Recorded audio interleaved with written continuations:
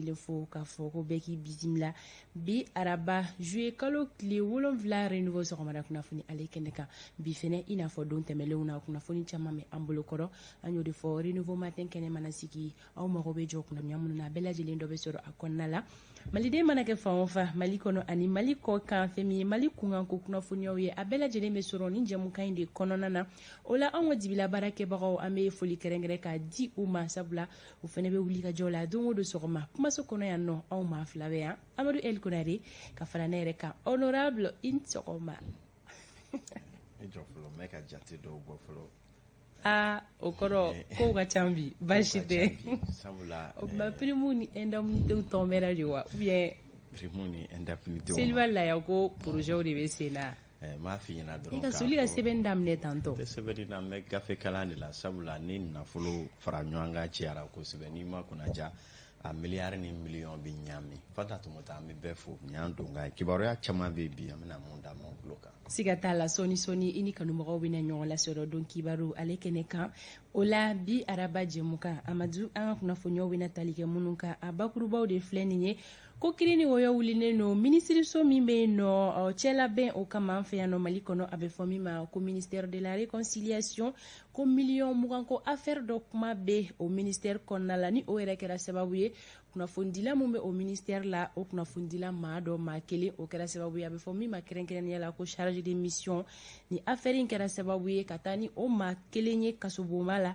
o la an bɛ mun de dɔn ni affaire in kan aw ni isa kabasi bɛ na ɲɔgɔn lasɔrɔ a bɛ na ka na o kunnafoniyaw ka o di an ma nɛgɛjuru sira fɛ sɔgɔmada in na aw ni kulu dɔ ma a bɛ na ɲɔgɔn lasɔrɔ kulu min sigira sen kan walasa ka se ka kunnafonidilaw ka olu kɔkɔrɔma don fɛn min ye bɔkari yaliko ye ale o jɛkulu secrétaire général ye an bɛna kuma di a ma ka kɛɲɛ ni mandat d'arrêt international min dara karim keita kan o kɔfɛ ninnu ye mun de sɔrɔ ka fɔ mun b'u bolo ka fɔ ani u bɛna ɲɔgɔn lasɔrɔ ka se ka o kunnafoniyaw ka o di fɛn min kɔni ye o conseil islamique di mali o min nisɔndiyalen tun ye dɔgɔfiri bɛnkan sɛbɛn min tɛgɛ nɔbilala bamaciw ni dɔgɔfirikaw ni ɲɔgɔn cɛ olu kɔni kun nisɔndiyalen no o ko la nka an bɛ don min na i ko bibi na yalima a ko bɛ dangan jumɛn de la an bɛna kuma di mohamed mufa haidara ma ale bɛna kunnafoniyaw ka o di an ma amadu el kunare ale bɛ yan i n'a fɔ ladalako la ka don kibaru lase aw ma bamanankan na sori ibrahim jalo siraba kunnafoni bɛ ale bolo awa daɲogo kɛnɛya kunnafoni bɛ ale bolo alexi kalanbiri ko ale ma sɔn alexi ma sɔn mun de ma bi arabadonya in na an bɛna o yira aw la jɛmukan in kɔnɔna la sisan an bɛ baaraw daminɛ ni wagati bolo da cogo ye ni o ye météo ye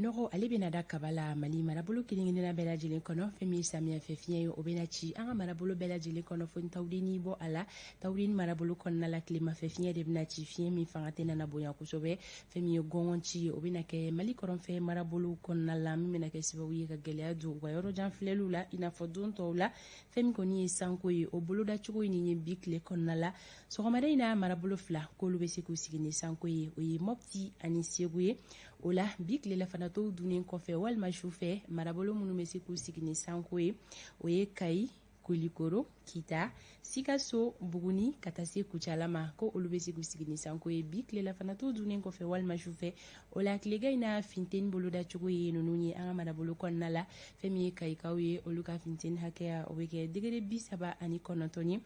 kulikoro olu ta bɛ kɛ 37 ye sikasokaw fɛ yen tilega in na olu ka finteni hakɛya bɛ kɛ degere 36 ye segu olu ta bɛ kɛ 38 ye mɔptikaw fɛ yen tilega in na olu ka finteni hakɛya o bɛ kɛ degere 39 ye fɛn min ye tɔnbɔkutu ye olu ta bɛ kɛ 42 ye gawokaw olu ta bɛ kɛ 43 ye kidal tilega in na olu ka finteni hakɛya bɛ kɛ degere 44 ye fɛn min ye menaka ye olu ta bɛ kɛ 43 ye tawudenikaw ta bɛ yɛlɛn ka taa degere 47 la bugunikaw fɛ yen tilega in na olu ka finteni hakɛya bɛ kɛ degere 36 ye fɛn min kɔni ye ko cala ye olu ta bɛ kɛ 37 ye kita ani ɲoro fɔɔ ka taa se narama ani duwanzan tilega in na olu ka finteni hakɛya bi jɔ degere 40 na. Sankaw olu ta bɛ kɛ 38 ye. Baɲangara olu ta bi jɔ degere 39 na. Joyila olu ta bɛ kɛ 37 ye. Bamako district kɔnɔna la nɔgɔ bɛna da kaba la. Samiyafɛ fiɲɛ bɛna ci mais fiɲɛ in fanga tɛna na bonya kosɛbɛ. Tilega in na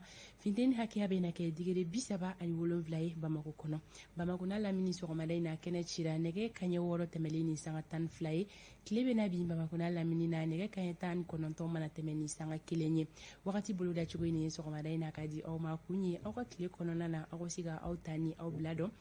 ko ala k'a bi araba tile hɛrɛ di an bɛɛ lajɛlen ma. Halisa aw ni kunnafoniw bɛ taga ni ɲɔgɔn ye. A ye aw bisimila. Amadu El Kunare bɛ tɛmɛ ni dɔn kibaru ye.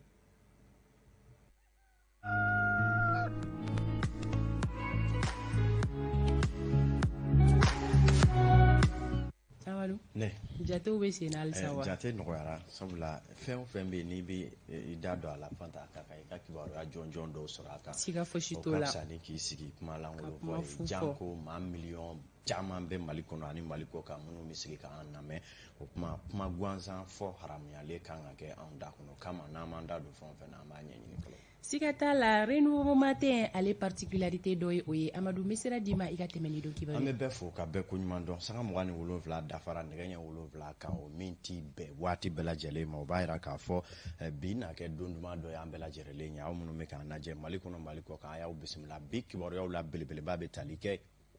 Kati mairie la maire n'o ye yɔrɔ wɔlɔgɛmu ani a ka danga filanan Alu Badara Sangare ka taa se maire min fana ɲɛsinen don musaka ko ma n'o ye Mbuye ye olu kɔni datugura kunu fitiri fɛ a ma sɔrɔla k'a fɔ musaka ko dɔ tibitaba wale bɛ Kati a bɛ kalo 5 bɔ an y'an da don nin kuma kelen in na ka maa caman y'a kɛ ni cuacan kumaw ye k'a sɔrɔ an b'a dɔn wulikajɔ min bɛ Kati mairie la musaka burujali a fanga ka bon kosɛbɛ. Min ye poli économique maaw olu bɛ sɛgɛsɛgɛli la a ko tɔ kan n'a ma jɔ min na o n'a bila n'a jɔra min na a ko tɔ na maana an bɛna kuma ko kan bi sɔgɔmada in na don kibaru kɔnɔna la jamanakuntigi colonel Asimi Goita kunu an y'a fɔ k'a bɛna bisimila Mopti o fɔra cogo min na o fana kɛra ten Asimi n'a jɛw taara Moptikaw fɛ taali kunba jɔnjɔn ye malidenya ka sinsin ka tila ka hali bi dɛmɛ ni dɛmɛ ta ka ɲɛsin jamana cɛmancɛ bolo maaw fɛ u k'a dɔn k'a fɔ an bɛɛ lajɛlen ye jamanaden kelen ye jamana ti ɲɛnɛ maa si kɔ anw ye cɛden belebele fila n'o ye équipe jɔnjɔn fila ye o wuli a ko kan Musa Tarawele ale y'an ka lasigiden ye o bɛ yen Maliki Jalo fana taara nin bɛɛ lajɛlen kun ye mun b'a ko la a bɛn'o kibaruyaw sɔrɔ bi sɔgɔmada in na don kibaru ale kɛnɛ kɔnɔna la an y'a fɔ ten tɔ kunnasini o min ye politiki bangu kan Sumeli Bube Mayiga ale fana ye ŋɔni ba bɔ Bɛlɛdugukaw sen na kɛrɛnkɛrɛnnen ɲana Ciba commune Jedugu Torodo ka taa se Daba ani Kalifabugu maraw ma sabula ale ye ambulance jɔnjɔn kelen ta ni ka taa di u ma ka tila ka musaka di u ma u bɛ se ka ambulance entretien kɛ cogo min na ka tila ka furaw b'u majɛ ka o fana layidu ta k'o furaw fara ɲɔgɔn kan o bɛna taa di u ma min ye ambulance yɛrɛ ka bɔ ko fɔlɔ kɛra kunna sini o maa dɔw sera ka pɔsɔni min ambulance y'o ta joona ka na Kati ale tigi ni kisira an bɛna kuma ale fana kan bi sɔgɔmada in na don kibaru ale kɛnɛ kɔnɔna la ni y'an sisibere ye bi renouveau jamakulu dafalen don minnu bɛ bouton pousser minnu b'a dayɛlɛ Makan Jakite ale bi yan min ye Awa Tafili Ture an ka gorobinɛ ka taa se Ze Mama Burama Kone nin bɛɛ lajɛlen labɛnnen don bi sɔgɔma joona in na ka fara Zakariyaw Fɔnba kan hali ni y'a sɔrɔ dɔ bɛ soli ni dɔ ye an bɛɛ kɔni dafalen don Isa Kaba bɛ sira la Tomota ale yɛrɛ fana sera a y'aw bisimila ani min ka kan a bɛ n'o sɔrɔ.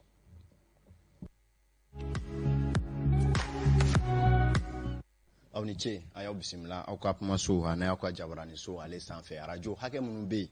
ni olu sɔgɔlen don an na Mali kun n'a kun an b'a fɔ bɛɛ lajɛlen lamɛnbaaw ye nin waati na ko aw ka aw danse an bɛ ku hali n'an tɛ ɲɔgɔn dɔn yeli la hakili la kumakanw ani fana fɛ an bɛ ɲɔgɔn tulo bɛ ɲɔgɔn kibaruya la k'aw ladɔnniya k'a fɔ kibaruya bɔra ka bi kununko fitiri fɛ i n'a fɔ aw y'a sɔrɔ renouveau ka surɔ kibaruyaw kɔnɔ cogo min na Kati mairie nin waati na ale kɔni kuma bɛɛ lajɛlen nɛnkun kan a ma sɔrɔla k'a fɔ maire principal min bɛ yen ni o ye yɔrɔ wɔlɔgɛmu ye ka fara a ka maire dankan filanan kan ni o ye Alu Badara Sankare ani maire min ɲɛsinnen don musaka ko ma ni o ye Mbuye Jalo ninnu kɔni saba fɔlɔ kɔni de minɛna kununko fɔlɔ min ye k'a dɔn poli économique ale commandant maa minnu ɲɛsinnen don sɛgɛsɛgɛli kule ma a bɛ tali kɛ i k'a dɔn musaka ko ɲaamile ko la mun kɔni baaraw bɛ kati meri la a bɛ waati jan bɔ k'aw ladɔnniya k'a fɔ maa caman kamana guwanlen don ko nin ko in bɛ tali kɛ mun na nka k'aw ladɔnniya k'a fɔ kamanagan ko tɛ sabula a bɛ tile damadɔ bɔ pôle économique maaw kɔni bɛ taamaba la kati meri kɔnɔ sabula maire ka dɔgɔ nin waati na ani cakɛla ka dɔgɔ kati meri la minnu ma wele ka na pôle économique la tile fila in na k'u bɛɛ lajɛrɛlen lamɛn k'a daminɛ monsieur le maire a n'a ka dankanw maa minnu yɛrɛ fana bɛ yen n'olu cogoya fɔra minɛnsanko la k'a bɛɛ lajɛrɛlen wele kelen kelen ka na u lamɛn a wusulen tun bɛ kosɛbɛ kati nin waati laban ninnu na wusuli jaabi dɔw de bɔlen filɛ nin ye kununko min ye a se ka maire yɔrɔ wɔlɔgɛma a n'a ka dangan filanan n'o ye Alu Badara Sangare ale ye maire min yɛrɛ ɲɛsinnen don furusiri ko ani dugukolo ko surtout kɛrɛnkɛrɛnnen ɲana ale ko ɲɛw ma n'a ka taa se Buye Jalo ma o ye musaka ko ale kow ye an ye kibaruya wɛrɛ dɔw sɔrɔ sur k'a fɔ maa misɛnnin wɛrɛw fana bɛ yen minnu ye k'a dɔn musaka ko ni musolakaw ye minnu fana sɔmi kelen don olu la ko la k'olu bɛɛ lajɛrɛlen sen bɛ weleli la nka bi tile kɔnɔ an n'o tɔ pereperelatigɛw ɲini ɲɛmayaso ka ladiriya kɔnɔ n'an ye jɛlen min sɔrɔ k'o da maaw tulo kan nka k'aw ladɔnniya k'a fɔ ko ninnu bɛ tali kɛ fɛn min na a belebele dɔ ye dugukolo ko ani nafolo yɛrɛ karatuli ko kumaw ye sɔmi kɛra fɛn minnu na kosɛbɛ an ka ɲinini dɔw kɔnɔna la kibaruya dɔw y'a jira k'a fɔ musaka ko yɛrɛ de a walankatalen don kosɛbɛ kati meri kɔnɔ sabula k'u y'a jira k'a fɔ n'i ye san 2020 ale yɛrɛ musaka ko lajɛ ko kɛrɛnkɛrɛnnenya a bɛ fɔ min ma rémunération du personnel non titulaire maa minnu bɛ yen ni olu tɛ maa talen jɔnjɔn ye mairie ka hukumu jamana ka hukumu kɔnɔna la hakilina min dira ko musaka min donni o la k'o bɛ t'i jɔ sefa wari miliyɔn 1 ani k'a dɔn k'a fɔ 40,000 n'a kungafɛn na o ye ko lakɔli karamɔgɔ 2 bɛ yen ko u bɛ o sara tuban na jate minnu dɔw y'a jira ko majɛba bɛ o ko o fana kɔnɔna la o kɔfɛ fana an ye kibaruya dɔw fana sɔrɔ k'a fɔ a bɛ fɔ min ma ko matériel informatique n'o ye subahana mansi minɛ minnu ye ko mairie mɔgɔw y'a sɛbɛntiya k'a fɔ u ye sefa wari miliyɔn 2 ni 100,000 ni kɔ k'o donna ordinateur la nka session senfɛ ko maa si ma se ka sɔrɔ u cɛla mun bɛ o pereperelatigɛw di ninnu bɛɛ ye kibaruyaw ye an ye minnu sɔrɔ kati kɔnɔna la ka fara o kan fana a yira k'a fɔ minɛn wɛrɛw fana bɛ yen ko u ye miliyɔn 48 n'a kunkanfɛn dɔw la nka session kɛnɛ kan ko maa si tɛ sɔrɔ fana ka dan ci min donna min na nin bɛɛ lajɛlen gɛlɛyaw bɛ yen ninnu y'a la fitininw ye ka fara o kan dugukolo ko ka sɛbɛn bɔ k'a don da dɔw fɛ k'a sɔrɔ a man kan ka tɛmɛ o fɛ o bɛɛ karatuw bɛ yen maire dɔw bɛ kati mairie la dugukolo 100 ani kɔ o sɛbɛn bɛ o dɔw cɔ a la an bɛ ɲininiw na sabula a ko ti tɛmɛ maa si la kibaruya di nasiratigɛ la ni renouveau ye fɛn o fɛn sɔrɔ an b'a di maaw ma nka min jɛlen don i n'a fɔ waati tɛmɛnenw na o ye k'a fɔ an da sera a ma k'a fɔ ni jamana ɲɛmɔgɔ m'u ɲɛ kɛnɛ bɔ kati la kati mairie bɛ burujali kɛ kosɛbɛ nafolo ko ale nasiratigɛ la minnu yɛrɛ la kati ka den tɔɔrɔlen sigida ti ka yiriwa nka nafolo bɛɛ lajɛlen bɛ ka buruja mairie kɔnɔna la sɛgɛsɛgɛliw kɔni daminɛna pôle économique fɛla na maire fɛn o fɛn bɛ yen k'a daminɛ maire principal premier adjoint deuxième adjoint troisième adjoint ka s'a bɛɛ ma a ko maa kɛ fɛn o fɛn ye an ka ɲinini kɔnɔ n'an ye min sɔrɔ maa tɛ buruja nka kibaruya jɛlen lakika a bɛ di maaw ma ladiriya kɔnɔna la u k'a dɔn k'a fɔ l'impôt minnu bɛ sara jamanadenw fɛ hali feerekɛlaw minnu bɛ sale dɔrɔmɛ 5 ni dɔrɔmɛ 10 waati bɛɛ u bɛ taa olu ka daso a karaw ko l'impôt ma sara nka l'impôt bɛ sara nafolo ta yɔrɔ tɛ ye a bɛ buruja dɔw bɛ ka dakabana mobilibaw san u yɛrɛ ye ka sɔrɔ ni jamanadenw bɛ kɔlɔbɔ la ni kibaruya fɛn o fɛn sɔrɔla kan ladiriya kɔnɔna la an m'a nɛn don a la ka sɔrɔ maa ma buruja ni min bɔra ko tɔ la bi tile kɔnɔna la an bɛna o kibaruya di aw ma ladiriya kɔnɔna la n'an bɔra yen nɔ an bɛ taa ɲɛfɛ ni kibaruyaw ye min ye k'a dɔn hali bi jamana ɲɛmaaw ka yuruguyurugu ni bamaɲikuruya ni tiɲɛni kule kɛlɛli an ye kibaruya wɛrɛw fana sɔrɔ k'a fɔ faali minnu kɛra juillet kalo tile 11, 12 i bɛ k'a ka fanga dafirili waati kɔnɔna la ko o sɛgɛsɛgɛliw fana baaraw dayɛlɛla ko maa dɔw yɛrɛ lamɛnna o ko la kaban min ye tribunal de grande instance commune 3 la Bamako yan nɔ ni min fana sɔrɔla o fana kan an n'o fana da tulo kan ladiriya ale kɔnɔna la o kurutu kelen nasiratigɛ la minisiriso min ɲɛsinnen don tɛgɛdi ɲɔgɔnma ni bɛn ni kelenya n'o ye ministère de la réconciliation min minisiri ye colonel Ismaël Wage nin waati na samasamali dɔ fana bɛ a bɛ tali kɛ chargé de mission n'o ye danaya dara maa minnu kan k'aw kana minisiriso baaraw la polosilaka dɔ b'o la min tun ye Sidi Tambura ale kɔni fana datugura Bali kasobonba la kibaruya minnu bɛ anw bolo ka sabu kɛ miliyɔn 20 ko dɔ fana ɲaamilen bɛ kosɛbɛ min na Cɛbile Darame ale ka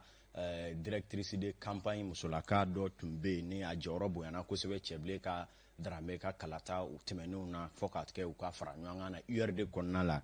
n'o ye Kadijatu Fofana ale fana coix bɛ ko ninnu na kosɛbɛ nka hali ni ma sɔrɔ k'a fɔ ale bɛ ka da dununi ci a bololaw sanfɛ nka ko in mana taa yɔrɔ min na ko boli tɛ dan kɛ kibaruya minnu mana k'a la ka bɔ yan sisan ministère de la réconciliation renouveau cidenw b'a ko ɲɛɲini ni min bɔra a la a tiɲɛ ni lakikaw bɛ di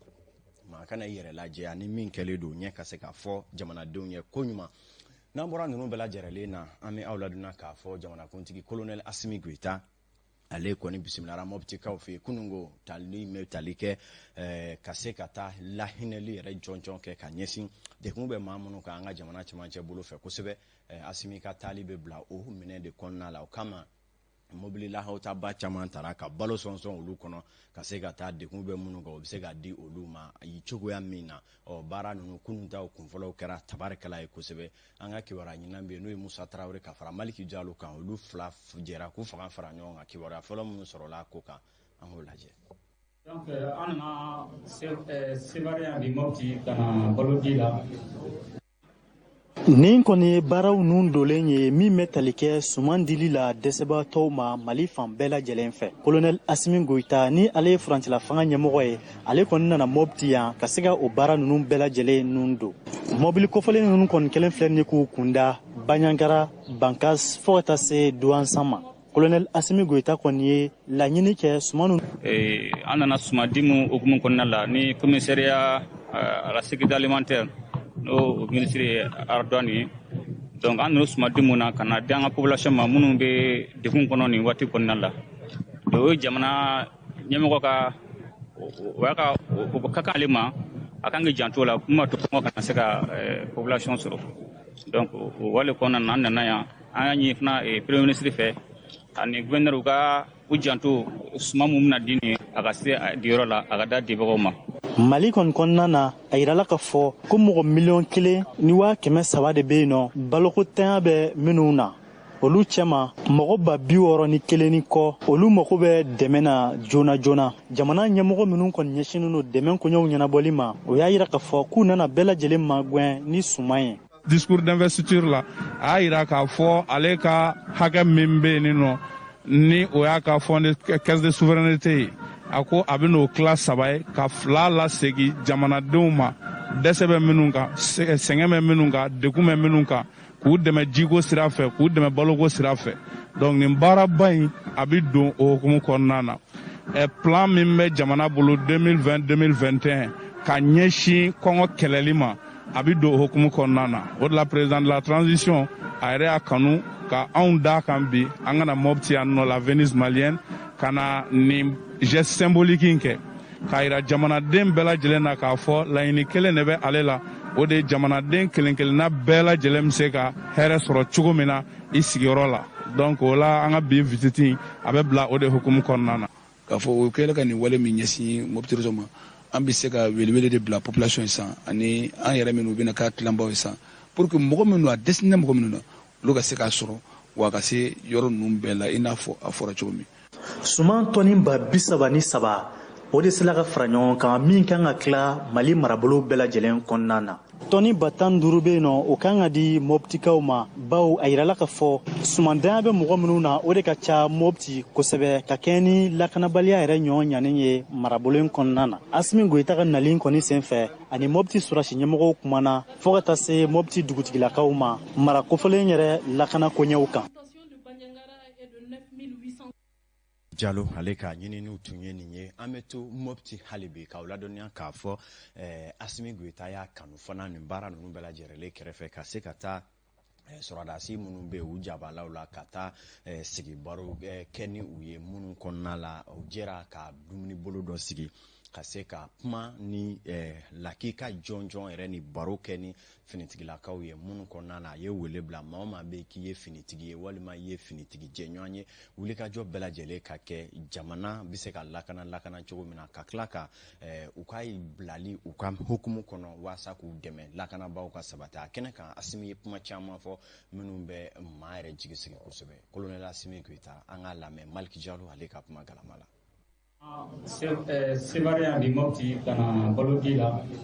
hukumu kɔnɔna la an ye kana bɔsulasu ye pour kana foli bila la jamana tɔgɔ la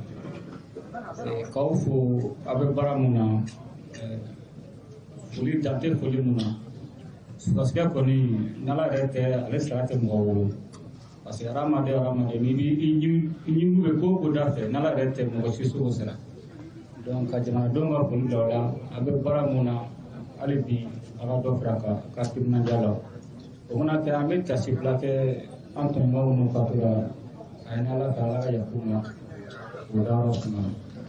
minnu fana blesselen don n'an bɔra ka to la sisan ala ka nɔgɔya k'u bɛɛ ye minnu bɛ yan minnu bɛ yɔrɔ wɛrɛ ala ka lafiya k'u bɛɛ lajɛlen n bɛ fɛ ka mun fana bibi na an sɔnna o an m'an sɔn o armée bɛ premier ligue kan parce que premier ligue bɛ jamana ka lakana o y'an ka baara de ye an y'o de kalan an bɛ sara o de la an n'o fana ka kan o baara n'ala yɛrɛ tɛ wala sara wɛrɛ t'o la donc an bɛ mun ɲini sɔrɔdasi bɛɛ lajɛlen fɛ force de sécurité défensive paramilitaire bɛɛ de don mɔgɔ o mɔgɔ bɛ tenue don i farisogo la n'an b'o bɛɛ de ma donc an bɛ yɔrɔ min na bi jamana bɛɛ ɲɛ jɔlen bɛ an ka jamana na bɛɛ tɛgɛdenw ɲɛsinnen bɛ Mali ma mais Mali ka lafiyali Mali lakanani a tɛ taa an yɛrɛ kɔ o hukumu kɔnɔna na sɔrɔdasiw paramilitaire force de sécurité an de bɛ premier ligne sanfɛ donc o baara an k'an timinadiya o la o baara tɛ se ka kɛ ten t'a la dɛ a tɛ taa d'abord discipline kɔ a tɛ taa cohésion kɔ cohésion n'o cohésion taara min na dɔrɔn an ka taa baara wɛrɛ kɛ quoi parce que a tɛ taa cohésion kɔ ni cohésion tɛ yen parce que a tɛ yen donc an bɛ mun ɲini aw fɛ aw bɛɛ hakili to cohésion na i kɛra garde ye o i kɛra gendarme ye o i kɛra armée de terre o i kɛra armée de l'air o i kɛra polisi o i kɛra eaux et forêts o i kɛra douanier o a bɛɛ de ye fa kelen ba kelen donc a hakili to la kosɛbɛ n'o cohésion tɛ yen dɔrɔn o ye maloya yɛrɛ fɔlɔ a maloya ka bon kojugu donc an bɛ mun na fɛ cohésion ni cohésion fana tɛ kɛlɛ tɛ se ka kɛ an bɛ jamana basigi min kɔ ni cohésion tɛ parce que kɛlɛ bɛ kɛ gɛlɛya de kɔnɔ dɔw ɲimitɔ la dɔw bɛ blessé a bɛ kɛ tension de kɔnɔ donc cohésion de b'a to a bɛ se ka ɲɔgɔn dɛmɛ parce que mɔgɔ kelen tɛ se ka kɛlɛ kɛ n'an ma fara ɲɔgɔn kan mais ni bɛn tɛ yen kɛlɛko kuma banna pewu a bɛ kɛ jugu sago ye donc o tɛ mɔgɔ si ka ala deli ye donc cohésion in a bɛ si n'a ye a bɛ wuli n'a ye a bɛ dumuni kɛ n'a ye a bɛ dan n'a ye a bɛ fɛn fɛn kɛ a fɔ ka kɛ ni cohésion ye o de b'a to an bɛ fɛ ka jamana lakana cogo min na a bɛ lakana nɔgɔya kɔnɔna la a bɛ lakana maliyɛn sago kɔnɔna la donc hali bi ka foli bila bɛɛ la nin kɛra anw garijɛgɛ de nin kɛra anw daga de an b'a kɛlɛ kɛ an b'a lakana kɛ an denw olu na nafa sɔrɔ an fufafu olu na nafa sɔrɔ mais an kɔni nin y'an garijɛgɛ dɛ an b'a baara kɛ fana o de kɛra an ka daga ye an b'a kɛ mais mun na ala fɛ ala ka labanko ɲuman d'an bɛɛ lajɛlen ma l'objectif c'est pas que i bɛ kɛlɛ kɛ i ka sa mais i bɛ kɛlɛ kɛ ka jamana kunbɔ ni daga nana fana o ye daga ye mɔgɔ se t'o la mais hali bi ala ka jamana basigi ala ka bɛn na bɛɛ ni ɲɔgɔn cɛ ala ka jamana in basigi ala ka mission opération ala ka labanko ɲuman d'an bɛɛ lajɛlen ma minnu bɛ déplacé don ala k'u bɛɛ ɲuman sigi u ka du kɔnɔ merci.